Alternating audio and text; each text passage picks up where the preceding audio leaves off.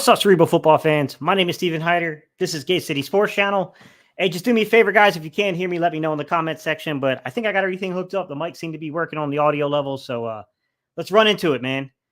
Today's topic, it's schedule release day. We already got a lot of information, a lot of news kind of coming out about the schedule. We got a couple of guys who put the schedule up as early as this afternoon, where we had a pretty good indication of like what everything was going to look like. But Jeff McLane kind of just came through recently and put up the dates behind some of these things. I don't know if they're exact, guys, but it does seem to be a legitimate source on it. So I'm going to go ahead and pull up Jeff McLane's tweet, and then we could talk a little bit about what we're seeing on this draft. Wow, guys, what we're seeing on this schedule release. We're opening up in Brazil Friday night football. That's going to be an interesting one, guys, against the Packers. I think a lot's already been made about this. I don't know what else we can really add to that discussion, guys. I don't love opening up against the Packers in Brazil. At the same time, though, I mean, I know we got people in this community that actually do live in Brazil, and I know they're pretty psyched about this. So it is what it is. But I think the the funny thing is for many seasons in a row now, we're not opening up with the Vikings, but we're coming back to a home opener on Monday Night Football with Kirk Cousins at the quarterback position as we play the Atlanta Falcons in week 2. That's a game that I think some people might be sleeping on a little bit. I'm not you guys know this, man. Y'all been around me long enough to know. I'm not like a big Kirk Cousins guy, but I will say Kirk Cousins is way more adequate than what they've had previously at the quarterback spot within recent years. Him kind of hooking up with the fact that they do have a pretty good running back there. They do got receiving talent there. They just need a guy that's not afraid to grip it and rip it and make plays out there. That game could be a better game than I think people are anticipating. I'm not personally sleeping on that game being, better than what people are assuming, to be quite honest. All right, guys, rolling through, going to week 3. We're playing at the Saints, September 22nd. Seems to be a 1 o'clock game. And that's where we should probably start right now, guys. Let's just count up we'll do prime times first, right? So we got 8:15 opening up on Friday, 8:15 Monday Night Football. So 2 primetime games right there. We have an 8:20 Jaguars game on November 3rd, which is Sunday Night Football. We have an 8:15 Commanders game, which is Thursday Night Football. So that's 4. We have the Rams on Sunday Night Football. That's 5. So we have 5 with the possibility that the Giants game gets flexed as well. So right now we're sitting with 5 primetime games. In addition to those 5 primetime games, let's just see how many times they put us on 4 o'clock markets. So, all right, the Bengals 425, the Cowboys 425, the Ravens 425, the Steelers 425, the Cowboys again 425. So 5 primetime games, 5 425 games. I guess the one good thing you can say is that we are once again one of the main tickets, one of the main draws for the NFL. The downside to that is, guys, is that I do think that when you're an East Coast team, a lot of these East Coast teams do prefer the 1 o'clock time slot. I mean, personally, just a spectator, guys, I care less. I like the fact that they play at 4 o'clock. We don't have a ton of competition to get on television. So it makes it a little easier in order to really pull up the games and watch them. So for me, I don't mind it personally. I know for some people that, for most of us in the fan base, we don't really care about that kind of stuff. But 5, primetime games, then 5 4 o'clock games, that's going to be that's a pretty big marker. Again, we're kind of back in that marker. So that leaves us with 1 o'clock game with the Saints, a 1 o'clock game with the Bucks, a 1 o'clock game with the Browns, a 1 o'clock game with the Giants, a 1 o'clock game with the Panthers, a 1 o'clock game with the Commanders. And then we don't know that Giants schedule yet. So we have 6 on the market right now, 6 on the schedule right now in terms of 1 o'clock games we don't know that final Giants game, if they're going to flex that or not. Some other things, guys, that I'm seeing in terms of the schedule and what they're showing us here. Let's see. Week 5 is our bye week. Week 5 is our bye week, according to Jeff McLane and other people earlier today. What's his name? Rabbity or whatever his name is. He put out one earlier. Sorry, I don't know all their names, guys. He put out one earlier. So, I mean, it definitely looks like we're going to see that, man. I don't love a week 5 bye week personally. And I think that's where we can kind of get into today's topic a little bit, guys, is starting off with the fact that we have a week 5 bye week. I mean, I think the bye week started in week 4, if I'm not mistaken. I think they go from week 4 to week 14, if I'm not mistaken, in the NFL. So we have the second round of bye weeks. It's just that when you get those early bye weeks, it's such a disadvantage, man. I don't love early bye weeks. And I do think that me personally, if I'm looking at this from the front office perspective and the coaching perspective, this means you better have depth at certain positions, because from week 6 until you end the season, hopefully the Eagles are going to perform well enough to get that. We're going to get the number 1 seed and get a bye week, because I do think with a week 5 bye week, we want that first round bye week this time. I'll say this: that's a long length of time, guys. I mean, I would probably make sure that I'm quite stacked along the offensive line. I would make sure I'm stacked at that wide receiver position. I would definitely make sure that I'm stacked at the defensive back position, and I would make sure I got a deep rotation along my D line. I think those outside skill positions, cornerback, wide receivers, and I think that the offensive line, the defensive line, the trenches, when you have a week 5 bye week, I think that kind of, the way I look at it, because of depth concerns and the fact that you can accumulate those there, I do think we got to be smart about the way we construct the roster a little bit. That may curtail us being able to keep a guy at another position that maybe we wanted to protect. But I mean, you got a week 5 bye week, man. That's kind of tough. That's a tough thing to do, guys, to protect them like that on a week 5 bye week. So, I mean, that's a little rough, man. I don't love that aspect of it. I don't know what the Eagles are going to do, guys. Don't think that what I'm saying is what the Eagles are going to do in terms of roster construction. How he's going to do it, how he does in terms of roster construction. I mean, obviously Nick Sirianni, Vic Fangio, and Kellen Moore are going to have a say, but it's going to be Howie's decision in terms of what they stack there. I have a good hunch, though. You're going to see a lot of offensive linemen, a lot of defensive linemen in particular are going to be on this 53-man roster. I think you're going to see that. I wouldn't be shocked if they don't go 10. I wouldn't be shocked if there's 10 O linemen and 11 D linemen. That wouldn't, like, 10 and 10 is probably the number most people are probably thinking, but I wouldn't be shocked if we don't go from 20 to 21. They don't carry an extra D lineman somewhere, like 6 interior D linemen, 5, edge players. And I wouldn't be shocked if they don't also try to line the practice squad with some dudes. I think if you don't keep a 4th tight end, you're going to have to keep a 4th tight end on the practice squad this year. If you don't keep a 4th running back with a week 5 bye week, guys, that's a long, long, long distance to the end. Oh boy, you're going to have something there, guys. In my opinion, man, I think it'd be smart to keep a 4th running back on that practice squad, somebody that's serviceable and can play. I think those 2 positions in particular, I'd probably try to flex towards the practice squad. I'm trying to think where else you could maybe get some savings and some value. I wouldn't mess around this year with linebackers. I mean, we had a fairly favorable bye week. You could say we had a later bye week. I don't know if that's favorable, but you get what I'm saying. Like, we had a later bye week last year, and that didn't seem to help us too much. Off-ball linebacker, I think they need to be a little smart there. I wouldn't do like they did last year where they only kept like 3 guys on the active roster, whatever it was. Like, I think that's a huge mistake. I wouldn't do that this time around. I think you need to keep probably a solid 5 guys there, because you're going, that's a long road, a long distance to get through, guys. Now, I guess you could make the argument, as I'm thinking about it, as I'm kind of talking and thinking, guys, I do think that you could make an argument potentially that, like, no, we'll do that after the bye week. Like, we'll keep 4 guys or something like that. And then after the bye week, we're going to add a 5th guy back to the roster. I mean, you could make that argument. Sure. I personally love having the bye weeks right around the trade deadline. I think that's like the most opportune time to have a bye week personally. I think that's where it kind of comes into play better. I think that's where you can build enough momentum throughout the first half and the second half. You can evenly split it, kind of like we did last year. And then you also have that ability to be able to wheel and deal and make decisions with the benefit of not preparing for a game week there. So, I mean, I like having that bye week right in that area. I don't love a week 5 bye week, if I'm being honest, guys. That's not the greatest in the world to have. I will say that some of the games I'm looking at and I'm like, okay, like these could be, problematic. I think people are taking the Atlanta week 2 game a little lightly, especially traveling back from Brazil. I know we get a couple days extra to prepare for that, but that's still a tough game, man. That's not an easy game to win. I mean, look, at New Orleans is always a tough game, but I don't really fear that Saints roster and that Saints team right now. At the Bucs, I think we're a superior roster to the Bucs, but I'm going to be honest with you. We've had our struggles in Tampa Bay. I think that game in the early half, those 2 back-to-back road games, they could be tougher than people think, but I do think the Falcons and the Bucs are, the Packers, the Falcons, and the Bucs are the harder games in that first stretch. We get the bye week, which the Browns are a team that offensively, like, you got to be careful because they can play some solid defense, and that's a good defensive football team. If they get you down where they've got you and they just want to run the ball, and Vic Fangio's defense sometimes can be a little, that's where it's problematic, is against the run.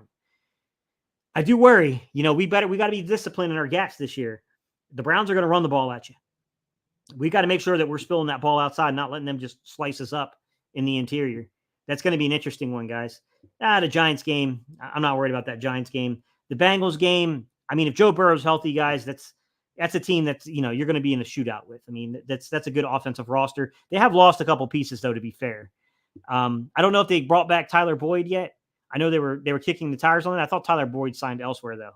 So, I mean, they may be potentially down Tyler Boyd and Joe Mixon, which I don't think those are insignificant losses for them. I think that's, obviously, Jamar Chase and T. Higgins are the bigger, guys to keep in fold for them. But I still think that offense is losing a little bit there. Still a really good offense, though. We got Dougie coming in here at week 9. It's going to be a good game, I think. It's a Sunday night game. At Cowboys. Why do we always get the out Cowboys? See, I hate that.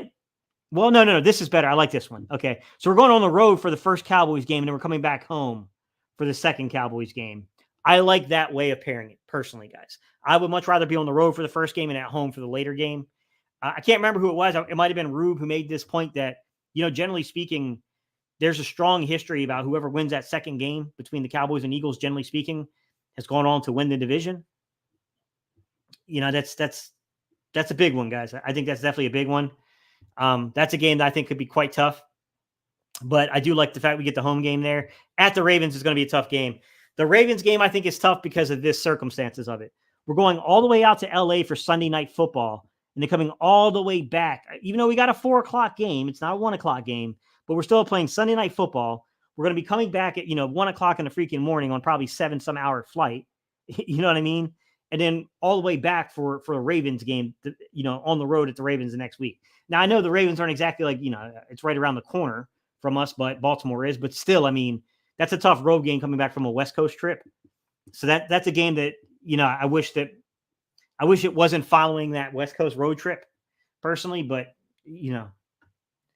it is what it is. You can't do anything about the way they schedule it. We got the Steelers at home. The Steelers haven't beat us at home in forever. Not really worried about that game. I think the Eagles have got a pretty good shot at winning that football game down there.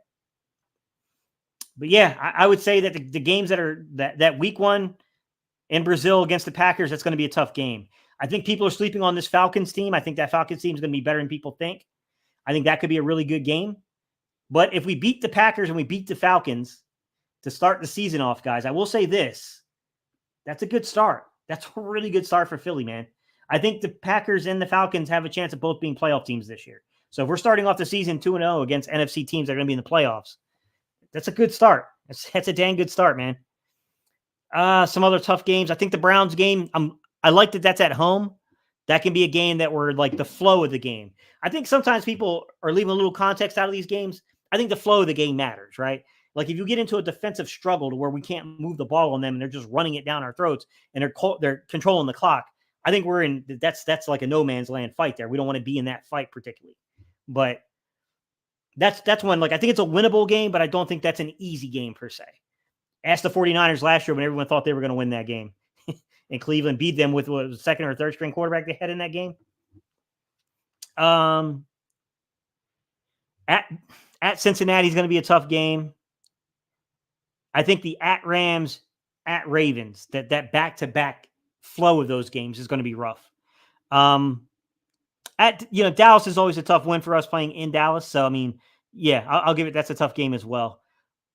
The team I'm excited to see in the NFC East this year, if I'm going to be honest, guys, I want to see if Washington's worth a dang. I think they're going to be way better coached. I know that some Cowboy fans are going to like this, but truth be told, man, I think that they're going to be really well coached there. I think Washington's going to be very well coached, to be quite honest. I think that they are building something on the defensive side of the ball there. It's just a matter if they can find consistency and flow at the quarterback position to be able to actually be halfway decent this year. I don't think this is a team to threaten the NFC East in terms of like the division, but I do think this is a team that could surprise some guys. I think that there's a little bit more talent there than people want to admit. All right, guys, let's jump into some comments. How's everybody doing tonight, man? What's up, Lonely B? How you doing, buddy? China said, Goodell will never convince me that he doesn't hate the Eagles. A week 5 bye is cruel. Yeah, that's a tough one for sure. My guy Glizzy said, I'm going to be at the Bucks game for sure. There we go, Glizzy. Appreciate that, bro. Yeah, man. I mean, we travel well, but that's a game we need, Glizzy. We need that game because the way that they ended our season last year, I certainly want to set a tempo. I want to set, I want to set a culture off of that game, I want people to realize what they're facing now. That's a game that I definitely want the Eagles to show up for. I like 1 o'clock games, less anxiety. The schedule is light work unless there's some surprise teams. I would say watch Atlanta, Mr. Salmon. I think that could be a surprise team this year. I think Atlanta could be a surprise team. I think Cleveland is they're a strange team. They could be better than what they've played recently, but they get a lot of injuries. Injuries seem to always kind of derail them a little bit. So I think that Cleveland game could be harder than people think. Cincinnati's going to be a tough game, but defensively, I think they could be had a little bit. Offensively, they can put points up on the board. The Ravens game is going to be a tough game. But yeah, I think overall, we have faced tougher schedules, Mr. Sandman. I don't think that that's a crazy statement to make. I think we have certainly played much tougher schedules over the course of time, right? I mean, no doubt about it. This is a in-the-middle schedule. I put it in the middle. There's a couple teams I think are going to be better than people think, but ultimately, I don't think this is like a ridiculously tough schedule. Eagles just posted the schedule. It's a week 5 bye. Yeah.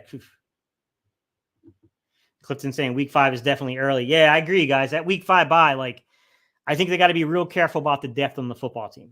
I think you got to be real careful with the trenches and those outside skill positions. I think we need to be a little heavy on the roster this year.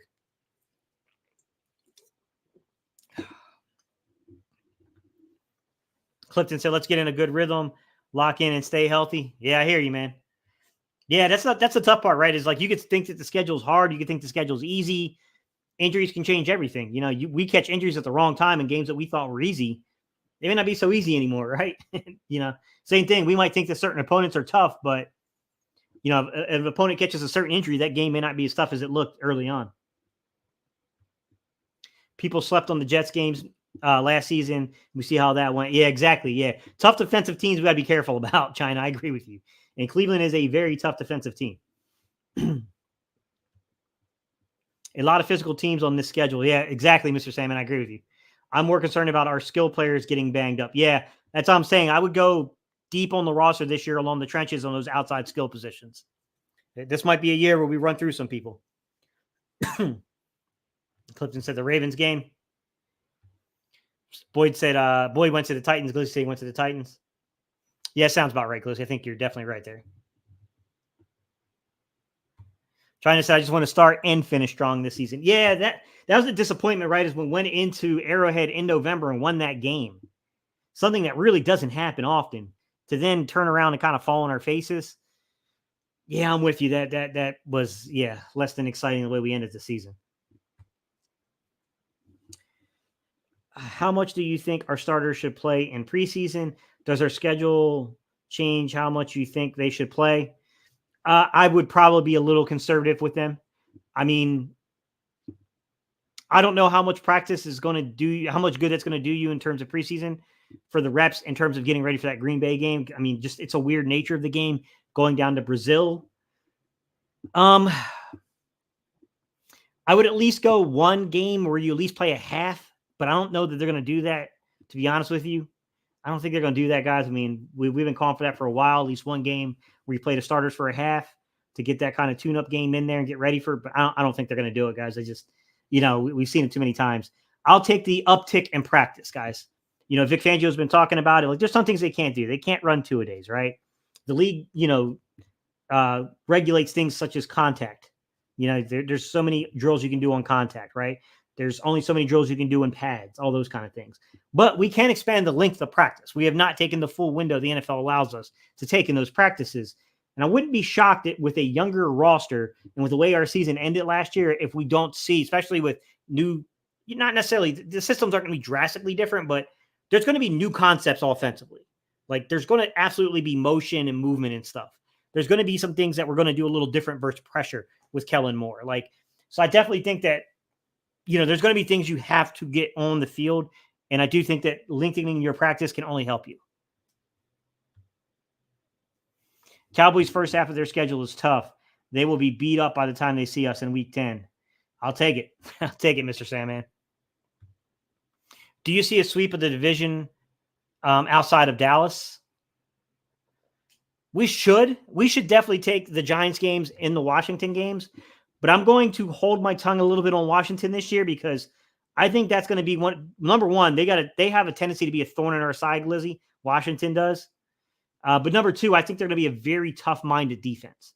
I think there's going to be a culture shift defensively for them. And I want to be a little hesitant there, but I do think that we are the better talented team compared to Washington and the Giants. It's by quite a distance there. We should take all 4 of those games, but I'm not going to be shocked if we end up 4-2 in division. We split with Washington, we split with Dallas. I wouldn't be shocked by that. But I think I think this team's talented enough to go 5-1 or 6-0 in division. It's hard to predict a sweep of Dallas just because we're just so consistent and freaking splitting the series there. But yeah. What's up, Vincent? How you doing, bro? He says there's a crazy buzz so far. There's something special brewing if coaching staff gets it right and this team totally buys in. I'm not saying Super Bowl, but the schedule is a pathway. Yeah, Vincent, I think the expectation should be a deep run into the playoffs. I think this team is built and has enough talent to where this team should not be getting knocked out in round 1. This is not a wild card exit team. If you get a wild card exit, I think you got to shake stuff up. I don't think you can go back in again with the same ideas and the same concepts with these guys. I personally, I think if that happens, then we got to shake stuff up, man. I don't think that would be acceptable at all, personally. I agree with you. How much of a factor will the new special teams rule be? It's a great question, Mr. Sandman. They're expecting that. It's a difference of 5 yards, I believe, Mr. Sandman. They're expecting that to really lead to a lot more offensive output.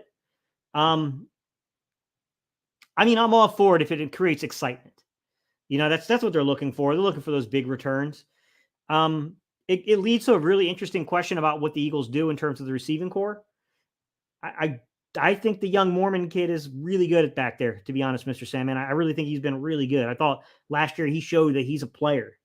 But I will also say it's going to be harder to stick on this roster because there's quite a few dudes on this roster who can do that. So if you can't necessarily be counted upon to produce offensively, that might be a tough sell this year. That might be a little harder to make the roster than it's been in previous years just by special teams production alone. Although I think he's a really good player on special teams. So, that's, I'm not ruling him out. I don't want to, give the impression that I'm ruling Britton Covey out of the race as a punt returner. But I do think you got guys that can do punt return and kick return, and they can do it at a pretty high level.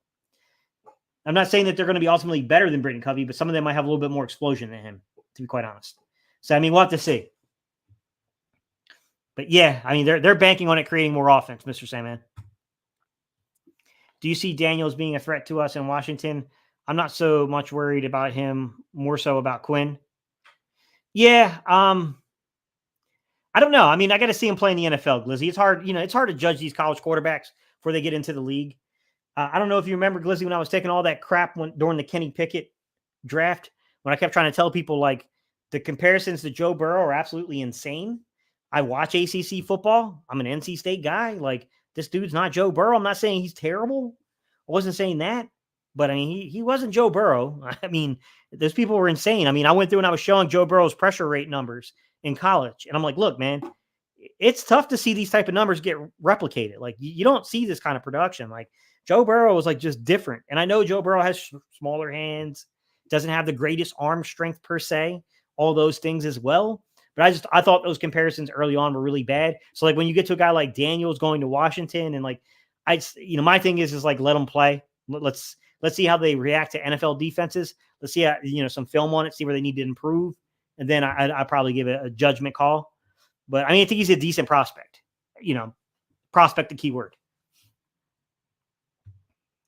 Lonely B says we play the NFC South. That means the NFC North and West play each other. So the 49ers, Rams, Packers, Lions, and Bears play each other. We have a good shot at the 1 seed. Yeah, I like that too, Lonely B, that thought process of sometimes it's about the fortune of the schedule. I agree with you. Yeah. Vincent said, Coach, is Kellen Moore offense and Nick Sirianni's offense close? They are. They're closer than people think. I'll get into – I have a video coming up on Kellen Moore, guys. Right now I'm working on breaking down his run game for everybody. The overarching philosophy, okay? Stick with me, guys, and I'll explain some of this stuff. All right. The overarching philosophy from Kellen Moore and Nick Sirianni is very similar. They want to create space. They want to space you out, and they want to pick you apart. How they accomplish said spacing is different in viewpoint, okay? Nick does not like to use stack sets. Nick doesn't like to create free releases. Nick doesn't like to use motion to do that, right? Where, on the flip side of things, Kellen Moore likes to use motion for, if nothing else, just to give his quarterback information about what's going on defensively, right? Kellen Moore likes to run and create through stack sets, right? He likes to create for the offense. He likes to get his guys free releases, right? He likes to see like, oh, okay, like they're doing this and it's giving this guy, a shot to be locked up on someone where there's a clear mismatch, right? Like a linebacker, a safety that's just not a coverage guy. He'll see those things and he'll exploit those things through, motion, through stack sets, mostly with free releases built into them. He'll do stuff like that, guys. So, I mean, the overarching philosophy is not drastically different between these two guys. The way they approach it, the way they achieve it is. And by the way, I'm being a little hesitant because a lot of the things, like not necessarily the stack sets and the bunch sets and all that stuff, but like the motion aspect of things. I thought Brian Johnson would bring that to the offense last year. I don't know if Brian Johnson just didn't have enough influence over Nick to do it, and maybe Kellen Moore is going to have that influence. That's what my hope is that I think Nick has to be a part of the offense, but like you got to let Kellen Moore do what he was hired to do. He's coming here to bring ideas, right? He's coming here to bring new approaches, new philosophies, how to do things. The other thing I'll add to it is I'm studying the run game. Kellen Moore did a lot more eye candy stuff in the run game. Okay. A lot of mixed motions where he'd bring people in, return motion, stuff like that. You'll see him do a lot of angle blocks, things like that. We saw some sweeps. I saw some gap stuff from him. Like he tries to create a little bit more than what I've seen Stoutland and those guys do in our run game coordinators. So I'm wondering with Jason Kelce gone, and now you got a young guy stepping in at center. You got a young guy stepping in at right guard. I do wonder if we're going to see a little bit more creativity. And when I say creativity, what I mean is a lot more creation, right? It's not just like we're going to beat you and we're going to get to the second level on you through zone blocking and beat you up there. We're not just going to keep pulling the same two guys, on gap stuff and beat you that way. Like I think there might be a little bit more disguise and deception to the run game. I'm wondering if we see that translate, because I definitely saw that all over the Chargers film. It was definitely a different way, a different approach to the way we played the run game. That's kind of wild. We play like, yeah. We have a bye so early. Yeah. The week 5 bye. Yeah, I'm not a big fan of that, man. Yeah, I'm not a big fan of that one either, man. This just in, Cowboys signed the Michelin Man. Coach, are you more excited for Moore's offense or Fangio's defense? Excellent question, Glizzy. Because my original answer, I like changed it right before I started the sentence. I'm excited to see what Fangio does defensively. I think we all know we're going to be at least solid offensively. I know that we'll be at least able to put up points offensively. Now, will it meet the expectation we all have? We don't know yet, but we know that we're going to at least be solid there. Defensively, I think is a place that we have the opportunity to surprise people, right? I think we're going to be better coached. I think the scheme's going to make more sense. I think the pulling of the levers as you're playing, teams, and the approach that for game planning when we're getting up on individual opponents, I think all those things are going to be better. And then we're just adding playmaker after playmaker into the secondary. The only spot I'm a little concerned is I have somewhat like moderate expectation at linebacker, but I don't know if it's as good as I'm thinking it is. I think that's a place where we could get deceived a little bit at linebacker, to be quite honest. So we'll have to see. I mean, if Devin White gets anywhere close to 2020, he doesn't have to be his 2020 form, but if he gets anywhere close to that, that's going to be a really, really good defense, to be quite honest. What's up, little G Griffith? How you doing, bro? He said, I'm a big fan of the Eagles 2024 season. Eagles win 14-3. I'm going to be an uncle. Hey, man, congratulations, buddy. I'm a little concerned about Brian Johnson in Washington. He knows all of Sirianni's formations and tendencies of Sirianni and Moore merge philosophies. Yeah, I mean, I'm concerned because I think Brian Johnson's a better coach than people understand, Mr. Sandman. I think he took the blame for some things that maybe Nick should have rightfully been blamed for. And I like Nick. You know that, Mr. Sandman. I've expressed that before. I think Nick's a good coach, actually. But I don't think he handled the Brian Johnson situation very well, to be quite honest. And I think Brian Johnson's a better coach than what he showed here last year. So that makes me a little concerned. I mean, they got to be creative. They need to be creative when they play them. That's what they're going to have to do. I mean, I'll tell you this, Washington's a hard team to run on. There's no doubt about that. Whatever happened to the land block? Haven't seen it since 2020. Yeah, I mean, those things they ebb and flow in the league. You'll eventually see it come back, Vincent, at a high rate of use. It all kind of ebbs and flows a little bit. What we don't see so much today will be prominent tomorrow. You know what I mean? Like it always ebbs and flows a little bit. Just like, for the longest time, we saw the expansion of 11-man personnel, still 11-man personnel league, but now we're starting to see 2-back sets creep up. Teams run a lot more 2-back sets than they were doing 4 or 5 years ago. So, I mean, yeah, these things are always cyclical in terms of that kind of stuff. Let me take a look real quick at some of the schedule tidbits here. So I will say, let's divide this up by week 9, and then go from 10 to 18. So from week 9, we got 1, 2, 3, 4. We have 4 road games. Really, if you count Brazil games, that's really 5. I know we're the home team, but I mean, let's be real. And then 1, 2, 3, 4 home games on the back end. Away games. I should say away games, guys. 4 away games in the front end, 4 away games on the back end. We do end, though, with 1, 2, 3, 4 out of 5 at home. So in the month of December alone, we will be on the road versus the Ravens, but we're home versus the Panthers. We're home versus the Steelers. I mean, we're at our home away from home at the Commanders. And then we have the Cowboys at home on December 29th. Now, I will say the one thing that does stink a little bit, guys, is they're saying January 4th or 5th. We'll see. Hopefully we get the 5th of January, not the 4th for that Giants game. Although, if we're really lucky, the Giants game won't matter. So we'll just be playing backups anyway. So the date won't matter. Yeah, I mean, that's, we'll have to see how that all kind of pans out. I don't trust Fangio's defense. He himself said you need talent. The offense is stacked, but defense is lacking in some areas.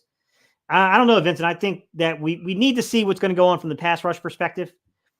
Bryce Huff, I think, has better numbers than people think. To be quite honest, he just hasn't had the utilization yet. We haven't seen him being utilized as 600, 700, 800 snaps yet. That's going to be the thing. He's got to uptick his utilization. So we have to see how he holds up to that. But if you're looking here, I'll try to pull up for you real quick, Vincent. If you're looking at just what he did last year and how well he played, the dude was pretty effective, man. He was a really good pass rusher. I'm not gonna lie. It's going to really, to me, it's going to depend upon that pass rush. Because I know the secondary is going to be quite good. But if we got 4 guys that can rush the passer, I think we're going to be in a good spot. Let me go by position and then filter through. We'll just do we'll do defensive grades, and I'll go edges. I'll just do edge. We'll do edge and defensive line. Do edge and defensive line together. All right, so if we come over here and we scroll this bad boy, this is going to take a second. All right, let's see. Pressure. So they have the true pressure rates. Guys, we want to look at true pressure rates. I'll explain that in a second. Okay, now we're going to go. Let me change it up, guys. So defense, we're going to go to pass rush. So I'm just going to take it off of the regular defense and to pass rush because it's not giving my TPS pressure rates, my true pass sets. And I need to see that in order to make determinations. So without that information, guys, you're kind of flying a little blind. And basically the difference between just pressure rates, if you're looking at your PRP versus your PRP and TPS, TPS filters out things like RPOs and play actions and those type of plays. All right, so let's see. It's PRP. So we're going to do minimum pass rush snaps, 20% of 718. So Micah Parsons, in terms of PRP, had the highest. Victor Doomkiji, I don't know how you say his name, the dude from Arizona was second. I have no clue how to say that dude's name, man. Josh Allen was third. Myles Garrett was fourth. Khalil Mack was fifth. Aiden Hutchinson was sixth. And Bryce Huff was tied with Aiden Hutchinson at sixth with a 15.3 PRP. Give me a second, guys. I'll share my screen. My bad, guys. I forgot to share that for y'all. See, present. Let's do a share screen. And we'll do pass rush grades. Boom. So let me come down here and I'll show you. Oh, highlighting too much. Come on, man. You guys get the point. It's right here. It's Bryce Huff. All right. I keep trying to highlight it. It's just going to keep highlighting everything. It's Bryce Huff. It's right here. number 6 behind Aiden Hutchinson with that 15% PRP pass rush rate. So, I mean, like, the young man gets to the quarterback. He does. We just got to see the uptick in production, which is something I can't predict, guys. I don't know, man. The pass rush is the thing that's got to come through. It's the thing that could be really good.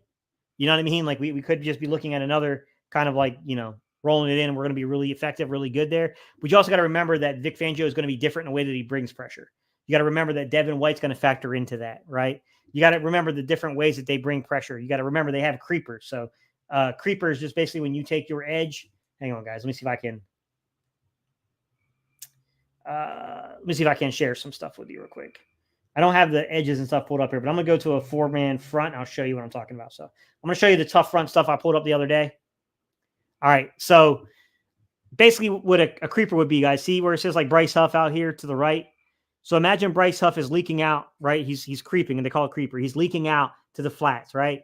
Well, you're going to have a replacement blitz behind that. So that could come from the secondary level. That could come from the linebackers. It basically means that fourth defender or a fifth guy is a true blitz, is replacing them. If it's a replacement, it's a 4-man pressure. It's just you don't know where that pressure is coming. Could be Devin White, could be Nakobe Dean, could be someone coming in from the secondary. That's the type of things you got to realize, is that when it comes to what they call basically like simulated pressure, like not just beating you with just a straight 4-man front, just from the, just a basic rush, but using things like these replacement blitzes and stuff. Vic Fangio like had the highest percentage in the league, I believe. So, I mean, it's going to be a little different from what we've seen from others. We got a little bit of that last year. To be fair, we had a game where Washington had a really hard time blocking up those replacement blitzes. I mean, that's basically how we were getting through, and what's his name got like that 3 sacks that game. We never duplicated that again, but you're going to see stuff like that. You're going to see a lot of different things like that. What do you think of Saquon's career high of 1,313 rushing yards as an over-under this year, since he's behind the best O-line he's had this year? I mean, look, if we're ahead in games and we're icing games away, he's going to have good numbers. I think his numbers will be dictated upon like what the scores look like. The more double-digit leads we have, the more work Saquon's going to get. Yeah, Marquette said we got to end November and December with a bang this year. Yeah, you can't have that crap that happened last year again. The Eagles should get another defensive lineman for depth in the trenches. I think how well our defense will be depends on our players buying into the system, because last year he did pretty good, and a lot of their top players didn't even play like that, especially in the secondary. Yeah, they definitely didn't. Some of the older vet guys didn't buy in the secondary. I agree. Mr. Sandman said, who do you think will be Fangio's main 4 pass rushers on obvious passing downs? Do you think Jordan Davis can get in good enough shape to be a pass rusher? I think he's going to be part of the rotation. I just don't know how heavy that rotation will be there. I think if you're like Mr. Sandman, and I know you know this, you're a former collegiate defensive lineman. So I think if you're looking at that tough package, if you're looking at it from like, going back the way that Frank Beamer used to play it at Virginia Tech, Mr. Sandman, Beamer ball, the way he used to run those early day stuff, to where he runs that 2-eye on one side. He's got the 3 tech on the other side. Then he's got a 5 tech on one side. He's got another guy kind of out there in like a 6 or a 7, 6-eye 7 kind of technique. I think if you're looking at it like that, then I think if you're looking at that 2-eye spot, then you could see Jordan Davis out there a little bit on the 2-eye. Guys, let me pull that up, because I'm sorry, I'm speaking just in case you guys have no idea what the heck I'm just talking about. This is a tough look, guys. All right. So, like, the way I put it up here was Jordan Davis is the 2-eye, Jalen Carter is the 3 tech. Bryce Huff kind of playing that 6-eye 7 tech, kind of either inside shoulder, straight up above, or outside the tight end. And then Josh Sweat kind of in there as a 5 technique. I think the question is, I have some questions, Mr. Sandman. I want to save that for tomorrow's video. I want to talk about the defensive line. I have some questions about some of the guys that are on here and how I would keep 6 in the interior D line. And I want to get into a discussion about alignments, how these guys would fit. Because I do think if you're looking at that 2-eye, what are you looking at? You're probably looking at Marlon Tuipulotu. So you got Marlon Tui, you got Jordan Davis. You probably could play Milton a little bit there. I mean, but the thing is, guys, is anytime you're inside shoulder, You could be disruptive in terms of the pass rush. I mean, I'll let Mr. Sandman speak more to that. I mean, he's a former collegiate defensive lineman, so you can definitely give more detail. You could be disruptive as a 2-eye, but generally speaking, 2-eyes are really meant to stifle and make it tough to run, to be quite honest. So, I mean, I'm hoping we see a little variation, Mr. Sandman, is that we see maybe more 3 techniques being played. So you have like, a 5, we'll say a 7 technique and then 2-3 techniques. You can use your backers to fill those A gaps. I mean, that's kind of how I would look at it if I was them. I mean, the worst thing you face in that is someone gap, coming right up the middle and just inside zoning you. I'm going to say gap, but inside zoning you there. I mean, yeah, I mean, you could get caught by doing that, of course, but I mean, this guy's got to make tackles. You know what I mean? Like, just, if it's a 3rd and 15 to get us for 10, who cares?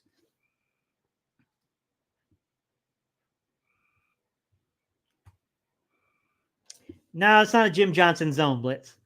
That's it's called a tough package, what they called it down at Virginia Tech. It's Fangio runs them as well. It's just a way that they play their 40 fronts. It's actually, believe it or not, it's an adaptation. This is what guys, be careful when we talk about adaptations to systems.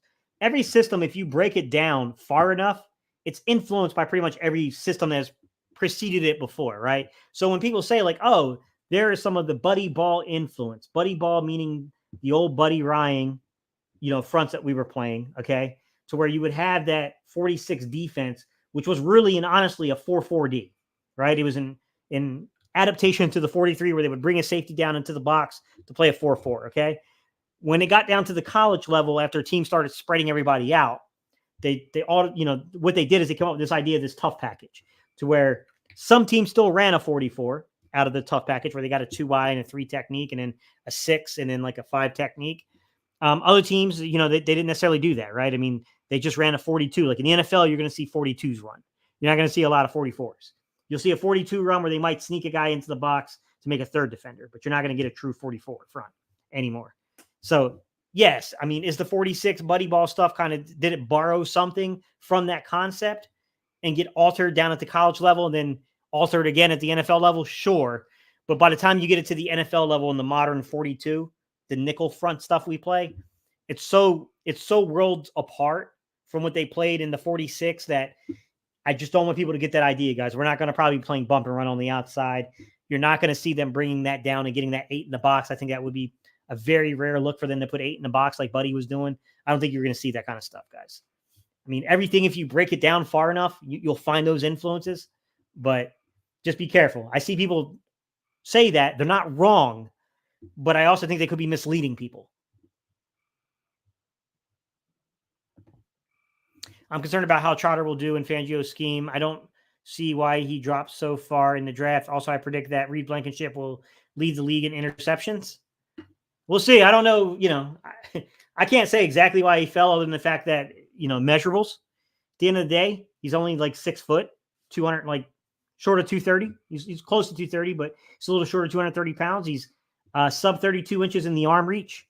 That's not ideal, right? I will say the average, guys, they're looking for is about 6'2", 235-ish, 32-inch arm reach, right? However, I will say be careful because the way that when you're saying average, you're including the will and you're including the mic. When you get to the mic, they do tend to be a slightly shorter on average. So the mics will tend to be about 6'1". I think they go up to like 238, 240-ish on the average weight for the mics. And those guys will have slightly shorter arm reaches. You'll see those 31 3/4, 31.5-inch arm reaches on those mics. So while the average is about 6'2", 235-ish with 32-inch arm reach, if you narrow that down far enough and you get just to the mics, it is a little different, right? I mean, there's a little bit more stoutness, a little shorter in the arms. So, I mean, you got to be a little, you know what I'm saying? But I mean, when you're 6 foot, 230, a little under 230 with shorter arms, and then his film was excellent, to be honest, KSF. I have no doubt. What I saw in the film, this kid's good. He didn't test that well, though. His testing numbers weren't quite as impressive as some of his other peers. That's part of the reason, when you take the testing numbers, you take the underlying analytics on terms of the size profile stuff. I think that caused him to fall on some teams' draft boards. The Eagles had a pretty good idea where he'd be drafted, and they were targeting him. But I mean, if you look at the Eagles have been, I mean, pretty persistent. And, TJ Edwards was short of 32 inches in the arm reach, heavier set though. I think TJ Edwards was about 6'1", 240-ish when he came in the league. So in that area. Yeah, I mean, each of these guys are a little different, right? I mean, Nakobe Dean doesn't have quite 32 inches on the arm reach. He's a little, he's another guy that's not 6'2". He's under 6'2". I think Nakobe Dean's like 5'11", if I'm being honest. He's under 230 pounds himself. So like the Eagles have shown, that they will take a guy at that Mike spot that maybe doesn't meet the criteria for the league. But yeah. Is Josh Allen a free agent? No, he signed he got a major extension from the Jags. No, he got paid. I don't know how I feel about Nakobe Dean. We'll have to see when the season starts, man. I mean, it's hard to say. I think Nakobe's talented, but he's got to stay on the football field. I think he's a really talented run defender. I think he had some growth that needed to occur in pass defense, to be honest. Some of the stuff that was happening inside of the zone stuff, I don't think was really his fault. I just think that they were playing a really passive drop zone stuff. And I think he was, the guy who was taking the brunt of this stuff just because of the way they were attacking it. But there were some times where I saw him kind of as an apex defender. And the golden rule of the apex defender is to guard the hash, try to kick him out of the hash, and never let a guy cross your face. And he let a guy cross his face. I mean, there's a couple incidents on film of guys kind of where he's the apex defender, Nakobe is, and guys are crossing his face. It's not supposed to happen. What's up, Dante? How you doing, buddy? The linebackers seem like the weakest unit. It's tough to say, man. They're either going to be really good or we're going to have a problem. It's hard to say, Dante. Like, I think a lot of it depends upon like what Devin White can be for this system, right? I mean, if Devin White just needed to change his scenery and becomes that dude again, that's a really good linebacker, right? If Nakobe Dean could keep his butt on the field and not be injured and could be that green dot, maybe be the green dot of play calling it and do that, right? And then you got a third guy coming up here in Jeremiah Trotter Jr. I think you got quality there, right? You got quality players. But those are a lot of unknowns. Jeremiah Trotter Jr. is a rookie. Nakobe Dean's been injured. Devin White's been, I was going to say depressing to watch, but Devin White's been disappointing. That's the word I was looking for. Devin White's been disappointing to watch the last couple of years. Like, I mean, these are pretty major projections. There's no doubt about it. Orion Burks, I believe is his name. Orion Burks, the young man from the 49ers. Decent player, hasn't played a lot though, right? He's not an overly experienced player. We heard coach, I don't know how much he's going to play off ball, but I mean, there seems to be some thought of them playing him off ball. But Zach Bond has been mentioned in light of that. I mean, if they want that guy that's going to be about 6'2", 238, have 32 inches in the arm reach and play him as a Mike, then Zach Bond is a guy that fits that criteria. The problem with that is that that's only one side of it. You still got to have the footwork. You still got there's other aspects to this. And like, I just, yeah, from the measurables he fits, but I don't know if he's that experienced playing it. So, I mean, that's another question mark. The young man we signed as an undrafted free agent that did pretty well last year. I thought when he got in games last year, I thought he was a really Ben Van Sumer. That's something about. I think he's decent. I thought he showed a little bit when he got in a game. I don't know how much a game mattered though when he got into it. I mean, the Giants they were playing hard, but I mean, there was really nothing for them to play for. It's hard to judge it, man. It's hard to judge it. What's up, Chris? How you doing, man? Is it football season yet? Hey, man, I was there, man. Here we go. Thank you, Mr. Salmon. I knew he was going to come in with a comment here. If I was lined up 2-eye on an obvious passing down, I'm shooting that A gap hard. The guard wants to widen his splits on passing downs. Got you. Yeah, I see what you're saying. Yeah, the guard's going to widen out. That makes sense. So if you can bear down quickly on the A gap, you might have a clear path to the quarterback. I mean, I guess the way you could look at it from a 2-eye too, Mr. Sandman, is that, he's inside shaded to the guard. He's inside shaded there. So if the guard's widening out in a pass set, that might give you that one-on-one with a 6 foot, 340 pounder that has incredible testing numbers and incredible strength lined up on a center. That could be quite disruptive to the interior pocket. So it may not result necessarily in a sack for Jordan Davis himself, but he could be quite effective at creating the pressure. That is one way of looking at it. Yeah, I can see what you're saying, that because it's a passing down and he's lined up in a 2-eye, because that that guard is going to widen for a pass set. Yeah, I can see what you're saying there. That makes sense. I think we should move Nolan Smith to linebacker. I don't know. Like our schedule, I hate the early bye, but it should be very interesting seeing how this team finishes for the first round bye. Yeah, we're gonna need that first round bye, right, Dante? That's my thought process too. Is by all means necessary, find the first round bye. We're gonna need that. Vincent said people aren't given a chance. He hasn't seen the field long enough to settle in. An experienced player will make mistakes. Seat time is all he needs. We're gonna see. I mean, I think this is the year. Vincent, I lost track of who we might have been talking about there. I think it was in reference to Nakobe Dean, but I think this is the year that he's, it's his third year, on a rookie contract, on a 4-year contract. So I think this is the year he's kind of got to show it, right? And I agree with you that he shouldn't be written off yet. That it's too early to write him off, but he definitely needs to show it this year. Nakobe needs to be one of those guys that's accountable this year. Like he's an important aspect to whether or not this season is going to be successful. I think Nakobe Dean's a pretty big part of that. I think Jordan Davis is a big part of that. I think Jalen Carter is. I don't want to talk too much about the defensive line, guys. That's going to be either tomorrow's topic or Friday's topic. We're going to talk about the defensive line. So I don't want to give away everything because I want to have a really in-depth conversation about that D line. But yeah, the young guys coming into the secondary, it's going to be important as well. Carl Lawson, 1-year deal. Let him go crazy. Chris said waiting on the leaves to change. I know it's early, but I think Milton Williams is going to have a breakout year. I like Jordan, but I really like Milton.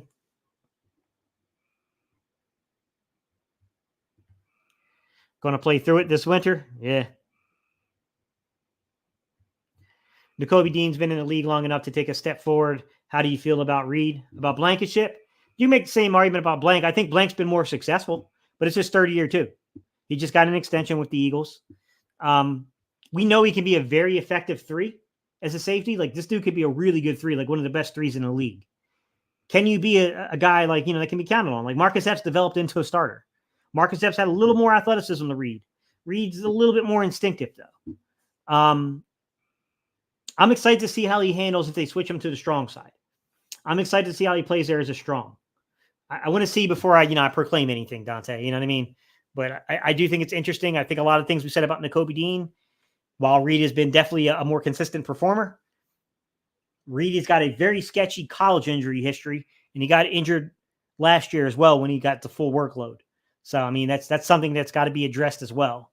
I like Reed a lot. Liked him a lot when he was coming out of, Tennessee, not the University of Tennessee. He played at, was it Tennessee, not Tennessee Martin, but Middle Tennessee.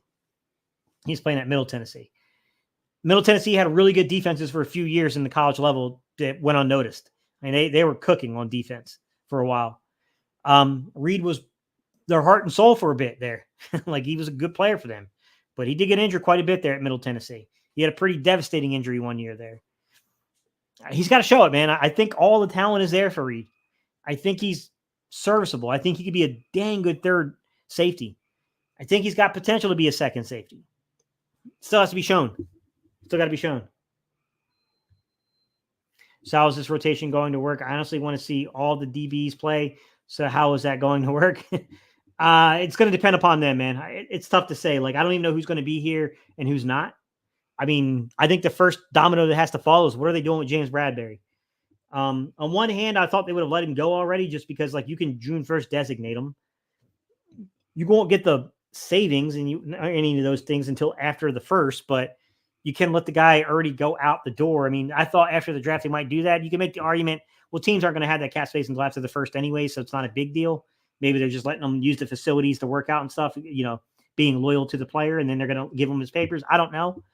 I think that's the first step, the first domino. I don't know. Like, I'm not proclaiming that they're going to cut Bradberry, but I do think that it's rational to think that that might be a possibility.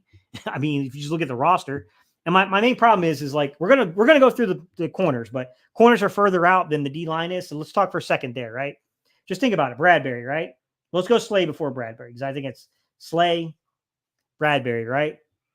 Quinyon Mitchell, okay. After Quinyon Mitchell, then we got to put in. Sorry, guys, my throat's. I need to get a drink here.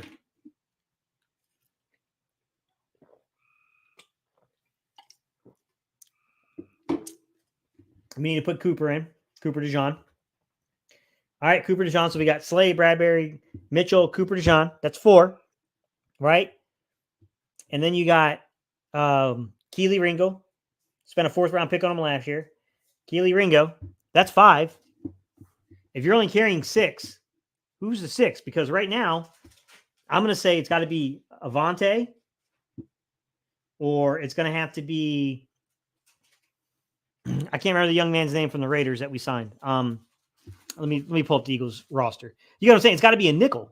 Like, you're going to need a nickel corner at this point. So like that's the issue I have, is like, if you keep Bradbury on the team, you're going to have to let go of one of the young guys. So you're hoping they pass through and you can get them on to the practice squad. But mind you, they don't have to sign with us once we cut them. They don't have to come back to be on our practice squad. I mean, they can be on any. They can take any practice squad they want, any roster spot out there that's offered to them. So Tyler Hall is what I was thinking. All right, so you got Tyler Hall, Avonte, Isaiah Rodgers. So think about it. If you keep Bradbury in the roster, you got Slade, Bradbury, Quinyon Mitchell, Cooper DeJean, Kelee Ringo. Those 5 are definitely making it. And then you're going to probably need, unless you're going to play Cooper DeJean as your nickel, that could be a possibility. But, you got Avonte, you got Tyler Hall, you got Isaiah Rodgers. Like, where are you going with the 6th spot? Because now you're talking about, I'm hoping we get the young man we just signed, Joey Porter Jr. I'm hoping we get his nephew onto the practice squad, because I think there's something there to develop. But like, I'm looking at this, like, Mekhi Garner's probably going to get switched out to safety. That's what I'm hearing. Eli Ricks, like, what do you got Eli Ricks, you got Josh Jobe, like somebody who I think could be a contributor in 2025 and be a part of the rotation in the secondary is going to get axed, right? If you're going to, say they're going to keep Isaiah Rodgers and they're going to let Tyler Hall and Avonte go, right? So they're going to let those 2 go, and it'll be Slade, Bradbury, Quinyon Mitchell, Cooper DeJean, Kelee Ringo, and say it'll be Isaiah Rodgers. So now you're letting Avonte Maddox walk, you're letting Tyler Hall walk, you're letting Eli Ricks walk, you're letting Josh Jobe walk. Could potentially go to other teams. Doesn't mean they won't return, but they could potentially go to other teams. This is problematic in my opinion, guys. I would much rather save the roster space. I just don't know the Eagles feel the same way. I would much rather keep a guy that could be here in 2025 and actually contribute. But I don't know, man. I don't feel comfortable with our current edge rushers. I would love to add Calais Campbell if we can. Yeah, to be fair, though, Calais Campbell's not really an edge rusher, though. He's going to be, if we brought him in, he's going to play that 5 technique or that 3 tech. He's not going to be a true edge. Watch to see how much the center commits to helping his guard against the 2-eye. If he completely bails, send the off-ball linebacker on a delayed blitz up the other A-gap. Yeah.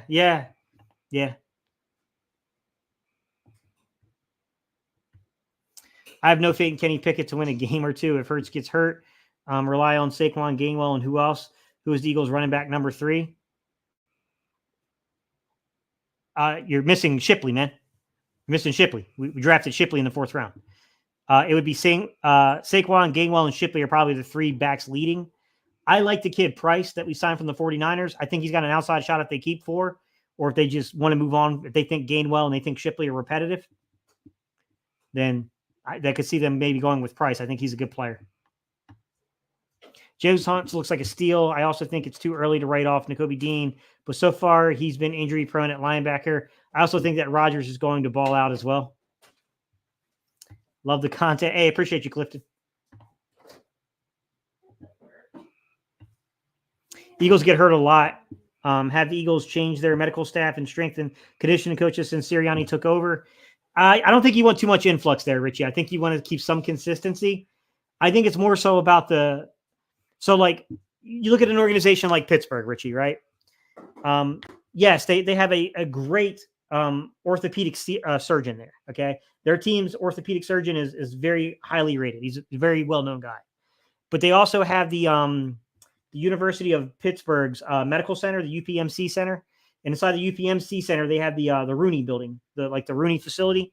Inside that Rooney facility, they have an orthopedic surgeon there who's like renowned for working on like knees and things like that. So there's an infrastructure. You know what I'm saying, Richie? There's an infrastructure there that I don't know that we have that same infrastructure per se, right? I I'm not going to comment on our orthopedic surgeon. I don't know enough about him, Richie. You know what I mean? Like it's not my field. I'm not a doctor, man. You know what I mean? But I will say that I think that UPMC and the Rooney Center there is a lot to do with the success there, to be honest, in that organization. I think that's why if you look through their draft, Richie, they took guys like they took my boy, the offensive guard, who had the knee. He had the late knee rumor. Fontano did. They came up and said he had some kind of a knee concern. It was really late in the draft process. He seems to dispute that, but it seems to scared enough teams off to where he slid down there to the 20th pick. Past Fontano, they took my boy out of NC State, Wilson. Another guy, doesn't have an ACL in one of his knees. He's a guy that has had shoulder injuries. I mean, Wilson got really beat up early on at NC State. Took on a lot of injuries. He's been relatively healthy the last couple of years, but you look at their draft board, you see what I'm saying, Richie? They have the infrastructure to take chances on guys like that. It's I call it the inherent advantage the Eagles culture has to encompass a guy like Jalen Carter. A lot of teams were like, yeah, we're not going to bring that into the building. Well, the Eagles got a good enough culture. They can bring that into the building. They're not scared about that. They know their culture will prevail.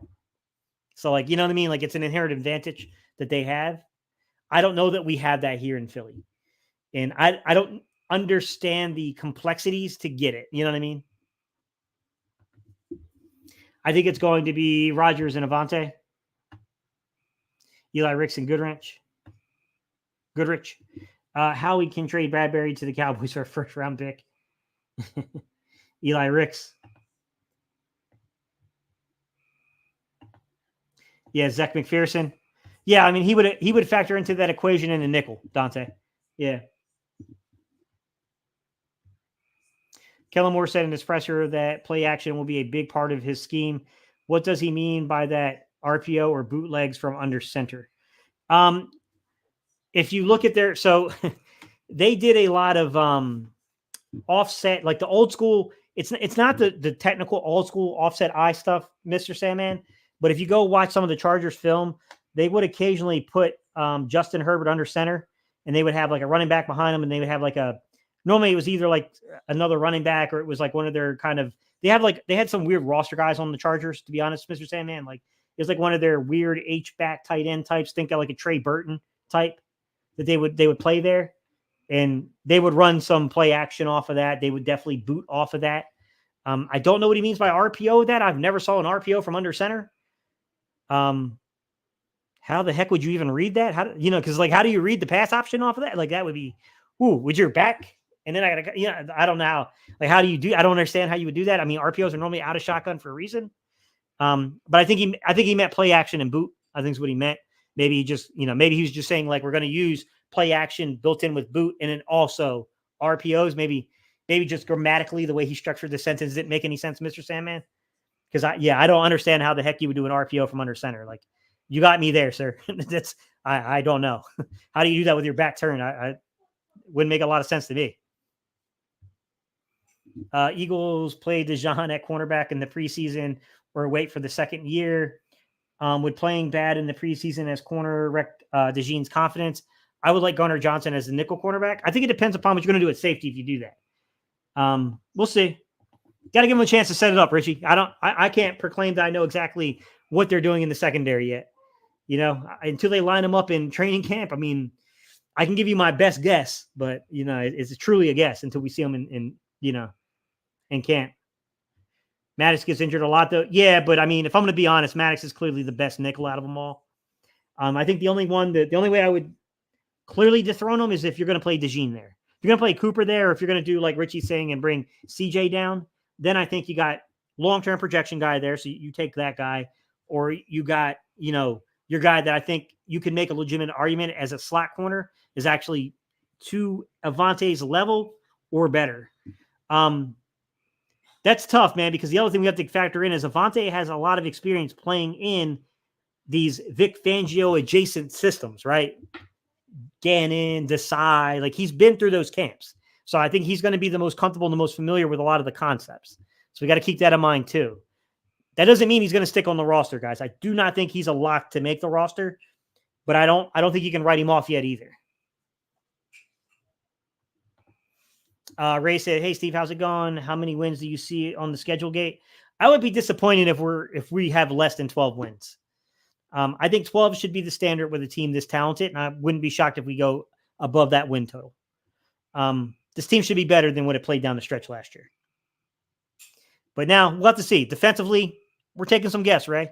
I might be overestimating the defense's talent.